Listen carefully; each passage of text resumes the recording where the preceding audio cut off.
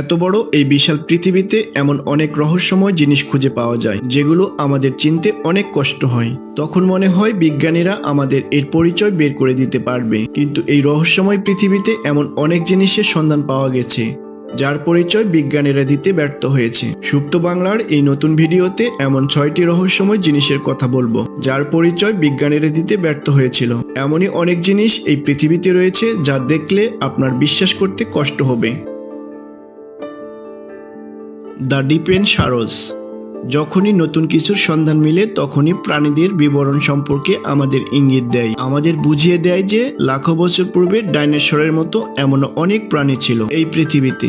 মাঝে মধ্যে গবেষকরা এমন কিছু জীবাশ্মর সন্ধান পায় যা বিজ্ঞানীদের ভাবিয়ে তোলে। এমন এক ঘটনা ঘটে ডিপেনসরের সাথে। এই প্রাণীটির প্রথম জীবাশ্ম খুঁজে পাওয়া গিয়েছিল ইটালিতে। প্রথমে বিজ্ঞানীরা মনে করে হয়তো এটা ডাইনোসরের সহজাতি, কিন্তু বিজ্ঞানীরা গবেষণা করে জানতে পারে এই প্রাণীটির হাতে এগুলো আঙ্গুল নয়, আসলেই এগুলো নখ। তাই এই প্রাণীটিকে দেখে তারা অবাক হয়েছিল।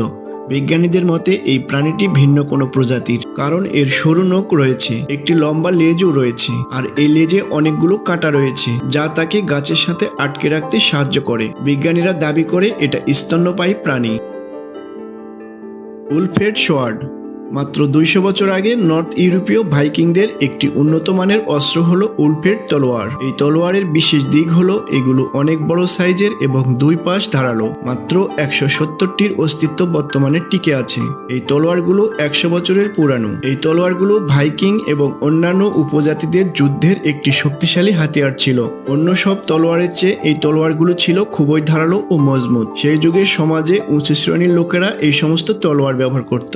এই তলোয়ারগুলোর মাঝে তাদের লঘু উডবেড লেখা রয়েছে। তখনকার কামাররা ছিল খুবই দক্ষতা সম্পন্ন। এই তলোয়ারগুলো তারা অনেক দক্ষতা ও মনোযোগের সাথে তৈরি করেছিল। তলোয়ারগুলো তৈরি করতে সূক্ষ্মভাবে ধাতুর মিশ্রণ করেছিল। তাই এই তলোয়ারগুলো এত শক্তিশালী যে এগুলোকে পিটিয়ে বাঁকা করা সম্ভব নয়, এবং এগুলোর ধার পিটালেও নষ্ট করা সম্ভব নয়। একটি শক্তিশালী তলোয়ার তৈরি করার কৌশল হলো নির্দিষ্ট পরিমাণের কার্বন তলোয়ারে থাকবে, আর যদি কার্বন বেশি মিশানো হয় তাহলে তলোয়ার বেঁকে যাবে, এবং কার্বন কম হলে তলোয়ার ভেঙে যাবে। উডবেড তলোয়ার ছিল সঠিক কার্বনের মিশ্রণ। এখন প্রশ্ন হলো 100 বছর পূর্বে তারা কিভাবে এত সূক্ষ্ম পরিমাপ করতে পারলো? এর দ্বারা প্রমাণ হয় যে প্রাচীনকালের প্রযুক্তি ছিল বর্তমান যুগের থেকে অনেক এগিয়ে।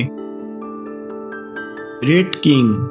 প্রাণীদের মধ্যে ঘটে এমন সব অবিশ্বাস্য ঘটনা যা আপনাকে ভাবতে বাধ্য করে। ঠিক এমনই একটি ঘটনা ঘটেছিল ফিলিপাইনে, যেখানে অনেকগুলো ইঁদুর তাদের লেজে গিঁট দিয়ে ফেলে আর এদিকে ওদিকে যেতে পারে না, ফলে তাদের ভয়ঙ্কর ব্যথাদায়ক মৃত্যু হয়। মৃত্যুর পরে তাদের লেজ এভাবেই বাঁধা থাকে। মাঝে মাঝে তারা মমি হয়ে যায়। বছরের পর বছর এভাবেই থাকে। এই বিরল ঘটনাটি কেবল কালো ইঁদুরের সাথেই ঘটে, আবার মাঝে মাঝে এই ঘটনাটি কাঠবিড়ালের সাথে ঘটতে দেখা যায়। এই ঘটনাকে কেন্দ্র করে অনেক থিওরি লেখা হয়েছে। কিছু বিজ্ঞানীরা মনে করে বার্ড ইফেক্টের কারণে এগুলো হয়ে থাকে, আবার কিছু বিজ্ঞানীরা মনে করে কোল্ড টেম্পারের কারণে ইঁদুরগুলো তাদের লেজে গিঁট লাগিয়ে নিজেদের গরম রাখে। তবে ব্যাখ্যা যাই হোক না কেন, আজ পর্যন্ত কেউ এর সঠিক ব্যাখ্যা দিতে পারেনি। আমাদের চ্যানেলে নতুন হলে চ্যানেলটি সাবস্ক্রাইব করুন। Whale rocks. অনেকেই তিমি মাছ নিশ্চয় দেখেছেন, যা সমুদ্রের গভীরে থাকে, কিন্তু জঙ্গলে থাকে এমন তিমি মাছ কখনো দেখেছেন? থাইল্যান্ডের এক জঙ্গলে এমন 3টি পাথর রয়েছে যা দেখতে হুবহু তিমি মাছের মতো, যা দেখলে আপনি অবাক হবেন। বিজ্ঞানীদের মতে প্রাকৃতিকভাবেই এই পাথরগুলো তিমি মাছে রূপান্তরিত হয়েছে, কিন্তু এখানে একটি প্রশ্ন হলো, যদি প্রাকৃতিকগতভাবে হয়ে থাকে তবে তার আশেপাশের পাথরগুলো কেন তিমি মাছে রূপান্তরিত হয়নি? বিজ্ঞানীদের মতে আদি যুগের জনগণ পাথরগুলোকে এভাবেই টেনে নিয়ে আসে এখানে। অনেকেই বলে পাথরের ভিতরে ম্যাটেরিয়াল ভিন্ন, তবে এর ব্যাখ্যা যাই হোক না কেন আজও তা মানুষের কাছে রহস্যময় রয়ে গেছে। Huge animal.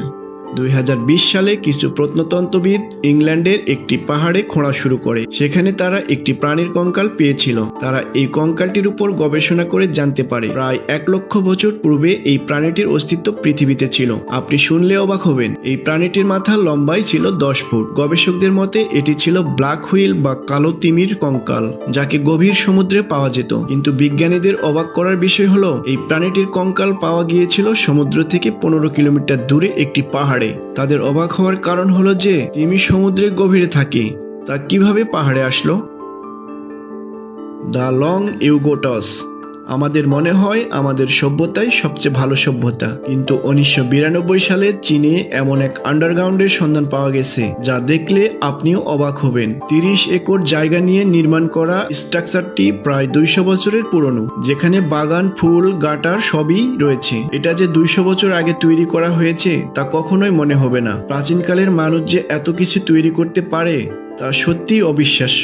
দেখলে মনে হবে কোনো এক বিলাসবহুল হোটেল। এই স্থাপনাটি কারা কিভাবে তৈরি করেছিল তার সন্ধান এখনো পাওয়া যায়নি। এই স্থাপনাটিকে সম্পূর্ণ মডার্ন পদ্ধতিতে তৈরি করা হয়েছিল, ঠিক যেভাবে আধুনিক যুগে মানুষেরা বানিয়ে থাকে। মজার বিষয় হলো সম্পূর্ণ স্থাপনাটিতে অসংখ্য খোদাই করা মূর্তি রয়েছে, যেন অনেক নিখুঁত, যা বর্তমান যুগে পাথর কেটে বানানো অনেক কঠিন। স্থানীয় লোকজন বলে এই গুহাটি তৈরি করেছিল এক বিদ্রোহী রাজা, যেখানে লুকিয়ে আর্মিদের ট্রেনিং করানো হতো, অস্ত্র তৈরি করা হতো। এখন যদি আপনার এই ভিডিওটি ভালো লেগে থাকে তবে ভিডিওটি শেয়ার করতে পারো। আর আপনি যদি এইরকম ইনফরমেটিভ ভিডিও দেখতে ভালোবাসেন তাহলে চ্যানেলটি সাবস্ক্রাইব করে বেল বাটনটি প্রেস করতে পারো।